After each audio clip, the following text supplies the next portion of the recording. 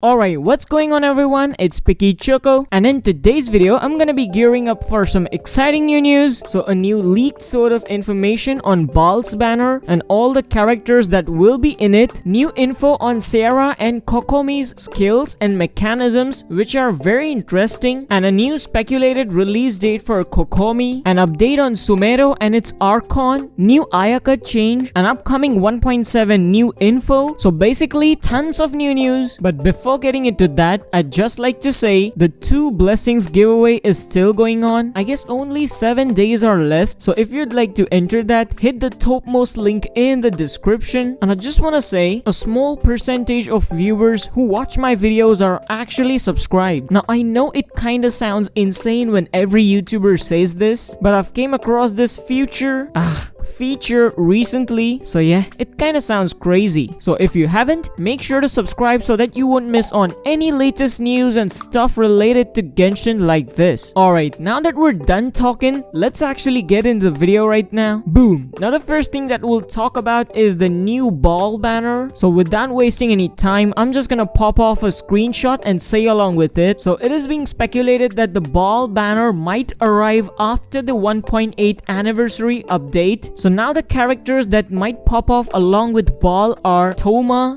Goro, and Sera. So Thoma would be in Baal's Banner and the second half would have Goro and Sera, and both of them are speculated to be bow users. So this kinda makes sense to me. So if this speculation actually pops out, this might turn out to be one of the most overspent banners of all time. So now moving on to new Sera and Kokomi info and mechanics. So that was recently speculated by some uncles. So I'll just pop off a screenshot and say along with it. So he's referring Kojo Sera similar to Tengu. So if you didn't know, Tengu is actually a legendary creature that's found in Japanese folklore, which is capable of using both blades and bow at the same time. So her mechanics would be pretty much similar to Child. So her normal attacks would be of bow and her elemental attacks will include switching into blades in a melee stance. So she's supposed to be a 4-star character and will release along Goro in Baal's Banner. So talking about Kokomi, currently she's an NPC character but would be playable in the future. So she's speculated to be a 4-star Hydro DPS who would be an off-field Hydra user, and her abilities will have something related to fish and Hydro Mimics. So Hydro Mimics are the things that the Oceanids summon. So one of her attacks might be capable of doing that and would be a lot smarter than Gooba, and she is speculated to be released during the Inazuma DLC. Now this kinda makes sense to me, as I've mentioned in my previous videos that most of the Inazuma DLC content would be related to underwater cities. So it will be very interesting to see how Mihoyo plans up these new 4-star characters and sets them up in the future updates. So now moving on to the new Sumeru update. So I'll just pop off a screenshot. So according to the latest data mines, new file name references to a festival and Kusanali have been spotted, who is speculated to be a lesser lord, but it is unclear that the festival will be an actual one or would just be mentioned in the character descriptions. And it is also being said that the people of Sumeru are trying to master the art of resurrection for a much higher purpose. So this is gonna be very interesting as to how things turn up in this new city that will be playable after 5 to 6 months of Inazuma release. So now moving on to the latest Ayaka news. So it was speculated by Sukuna, who's another trusted member of the Genshin community. So he tweeted this a few hours ago. So a new adjustment has been made to C1 Ayaka, which states that when the normal or charged attack deal cryo damage, it has a 50% chance of decreasing the CD of elemental skill by 0.3 seconds. Oh my god, this is indeed an insane buff. So this makes me wonder that the C1 Ayaka would indeed be a power creep character for Inazuma. Now moving on to the 1.7 latest news that was speculated by an uncle and Baizu mains on Twitter. So I'm just gonna pop off a screenshot. So for the Inazuma Battle Pass, there have been some interesting changes. So certain talent books in the Battle Pass would be replaced by the Inazuma ones. And as for the other news, the environment in Inazuma will mostly comprise of thunderstorms and a lot of raining, which will be good for the cryo mains as it will provide a near constant freeze. But at the same time, there will be a lot of passive environmental dangers. So it will be very very exciting to play in the new Inazuma region, and I look forward to it. So that was basically it for today's video. Just thought I'll update y'all on the latest news about a speculation of Baal Banner and the new mechanisms of Sera and Kokomi, new Sumeru updated info which everyone is excited about, and new 1.7 battle pass and environment changes. So I hope this video was helpful. So these are speculations, and if any update pops out, I'll be sure to make a video on that. So make sure to subscribe so that you won't miss on any latest news and videos like these. As always, I'll see you all in the next video. Until then, stay safe and stay picky.